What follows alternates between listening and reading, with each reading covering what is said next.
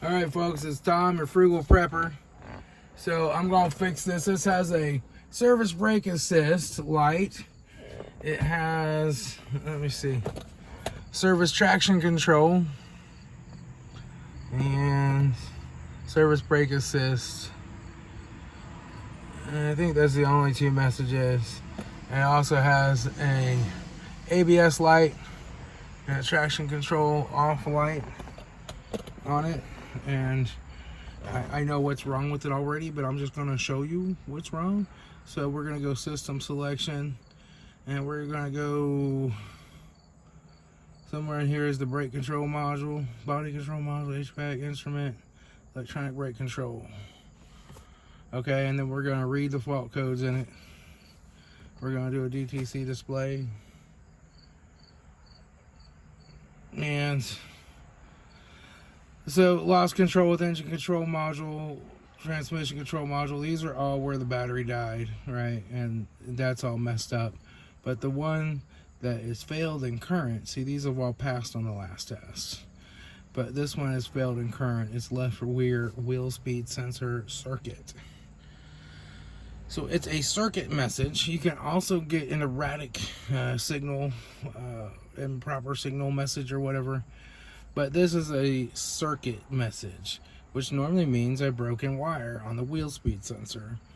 Coming to the wheel speed sensor on that one, because the one that comes off the hub is built right into the back of the hub on this, I believe.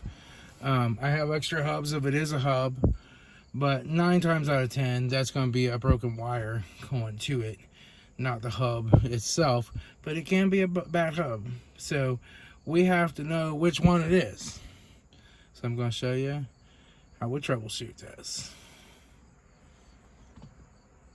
Alright, so our back left wheel, our left wheel is off.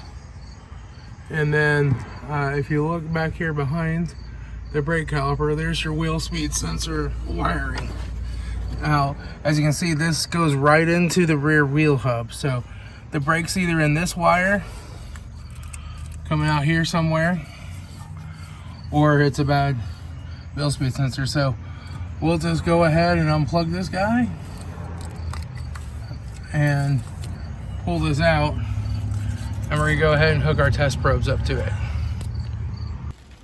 All right, so I did this test yesterday and I lost the footage, so I'm gonna just redo the test again and show you how it works. It's raining out now, so I got my tarp set up for the back of my vehicle. This is how I normally work on cars when it rains, when I'm mobile. And I already got it up on the jack, so I'm not pulling it in the garage and picking it down and putting it back up and all that. So we're just gonna do this. So let me get set up and I'll show you how we do this test. All right, so here's our connector. Now I have these 2 wires that I have made. These are test leads that I can hook to my meter with banana jacks, and they're like that. And I use these for testing like all kinds of sensors, but ABS especially, because these came off of an ABS, a GM ABS. We're just gonna slide those in there. But if you don't have that, you could use a wire piercing probe. If you don't have that, you can use a couple of T-pins to slide in back here. Just be careful that you're not shorting them, because it won't hurt it if you short them, but you won't get a reading. Or you can just use some multimeter test leads and just touch the ends, right, with it, but don't stick them down in there. You don't want to put anything in there that's going to spread that terminal out, because then it won't make good connection and you'll have intermittent wheel speed sensor errors. So we'll slide those in there, and then we'll get our meter and we'll plug that in here, and we're going to just set our meter to 20 volts DC. Set up our meter. We're going to plug that in. Right. I'm going to turn on this backlight so hopefully you all can see it. There. But now I'm going to basically go turn the ignition on in the car. And some cars put out 2.5 volts. Some cars put out around 5 volts. Some cars put out around 12 volts. And those are all GMs, by the way, just different years and makes and models, right? This particular one should put out around 5 volts, I believe. But this is going to test the bias voltage. So all kinds of transistor driver types of circuits have a bias voltage. And you can use that to troubleshoot a lot of things. For instance, you have a solenoid that normally turns on. You can check for bias voltage on both sides of that solenoid and tell that the solenoid's not open. Right, and the computer doesn't necessarily even monitor that bias voltage. It's just there as a byproduct of the way they have to design a transistor switch circuit in the computer. However, the ABS computer does monitor the bias voltage, and it sends this bias voltage down. Now, it normally sends a waveform, like an AC waveform, back, because this is a variable reluctance sensor. It's just a big coil, and when the teeth from the magnetic wheel spin around it, it produces a little current, little voltage, and the computer reads that. But it still has a bias voltage present, but that bias voltage is not enough to light a test light or drive any kinds of circuits. It's barely enough just to register on your meter, and that's it. And it uses that to verify the integrity of the wiring going to the sensor, right? That's how it knows it's an open circuit, right? And so now we're going to test to see if we get a bias voltage coming off of here. If we do, we're going to wiggle the wiring around and see if we continue to get a bias voltage. And then we're just going to see, we're going to go from there. Okay, so let me go turn this ignition on. 4.86 volts. Okay, so we're getting voltage there. Great. Means that wiring is intact right now. But what we got to do is just get back down in here and wiggle this wiring around and see if it keeps getting voltage.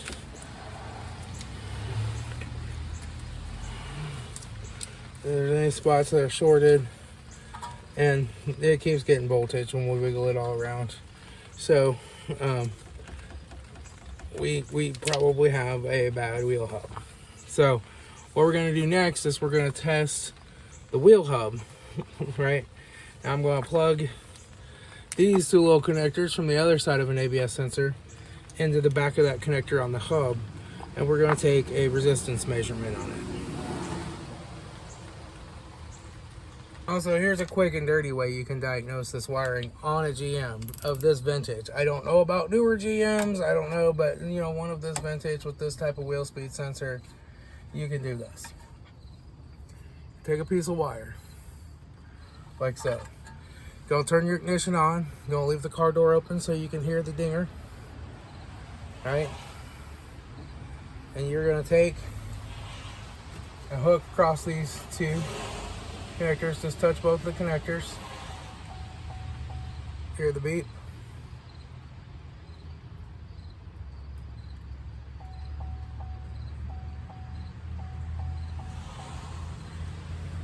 That will beep because it is saying, hey, something's up with the wheel speed sensor, and it's in there throwing different traction control error codes and stuff right now because it now sees the bias voltage.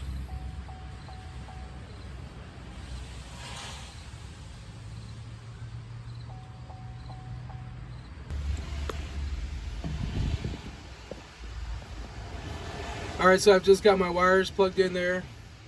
See the back of that wheel speed sensor connector on the hub. So now we're going to go ahead and check the resistance on that guy. Okay, so what we're going to do is just measure these real quick, and what we should see is around 1,000 ohms on a GM. Different cars are different. Usually it's going to be somewhere between 400 and a kilo ohm, but you want to make sure that it's not open, basically. So we're going to plug this one in. We're going to plug this one in.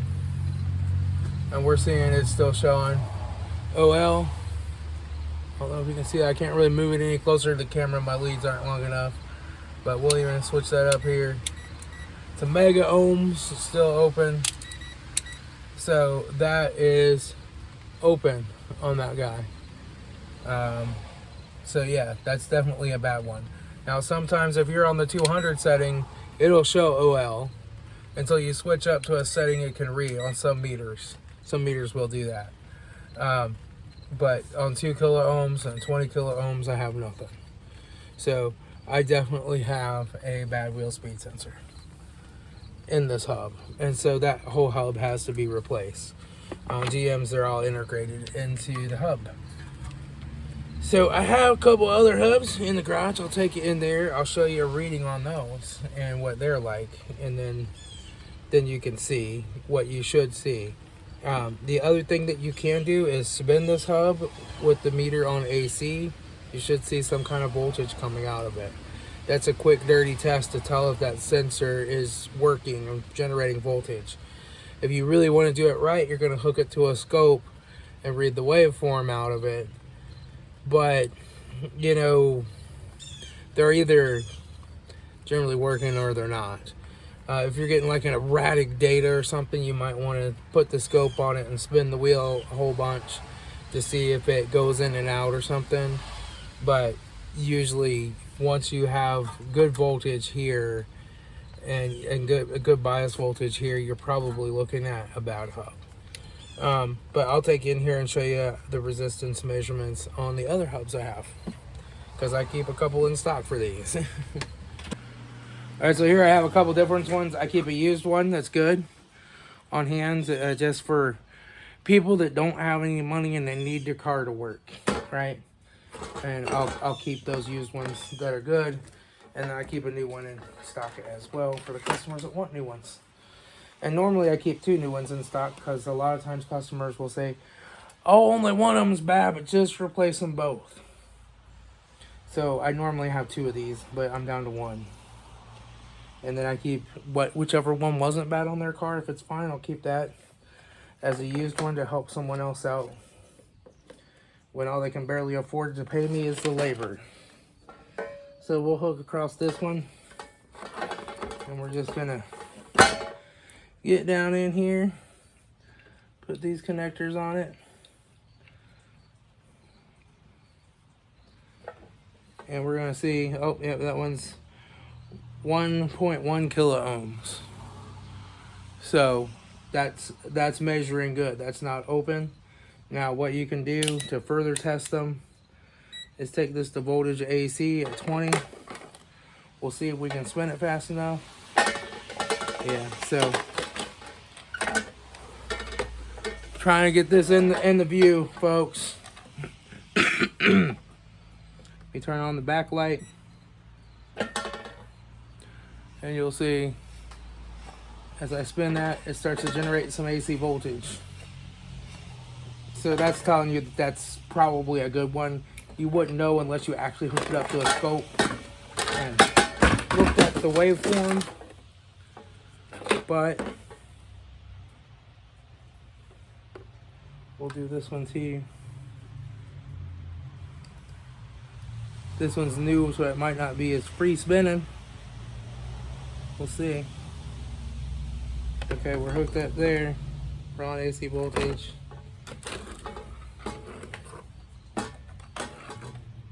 Come on. See if we can see that.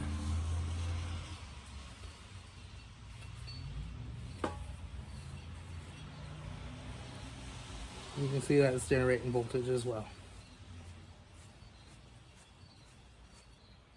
Nearly a half a volt. So that's a quick and dirty way to test them. You can also hook them to the scope and look at the waveform coming off of them if you want to. I normally don't do that. Normally this is enough of a test to know. So I'll probably just put the used one in that guy. This one's good and tight. It's fine. I'll keep the new one. Use a free one. We'll put that in there and we'll hook it up, and then we'll have our ABS sensor taken care of. Let me know down in the comments below if you want me to do a video of replacing this. It's pretty easy. You just take out 4 bolts, hammer the old one out, put the new one in, reinstall the 4 bolts, and you're done. But I'll be happy to show that if you want to see it. But that's how you test them. All right, That's the happy wheel speed diagnosis video. Wheel speed sensor diagnosis. Pretty simple, especially on these variable reluctance sensors. Other cars that have Hall effect sensors, a little different. They'll have the 3 wires or 4 wires, but the 2 wire sensors are mostly like this, and they're going to generate a waveform, and the waveform is going to get bigger this way, right? It's gonna go from a low voltage to a higher voltage as the wheel speed increases, and it'll go a little bit more higher frequency too. But your Hall effect sensors just change frequency and stay at the same voltage, and you can't spin them and see them working, but they're more accurate. I don't know. I'll talk to y'all later. It's Tom, your Frugal Prepper.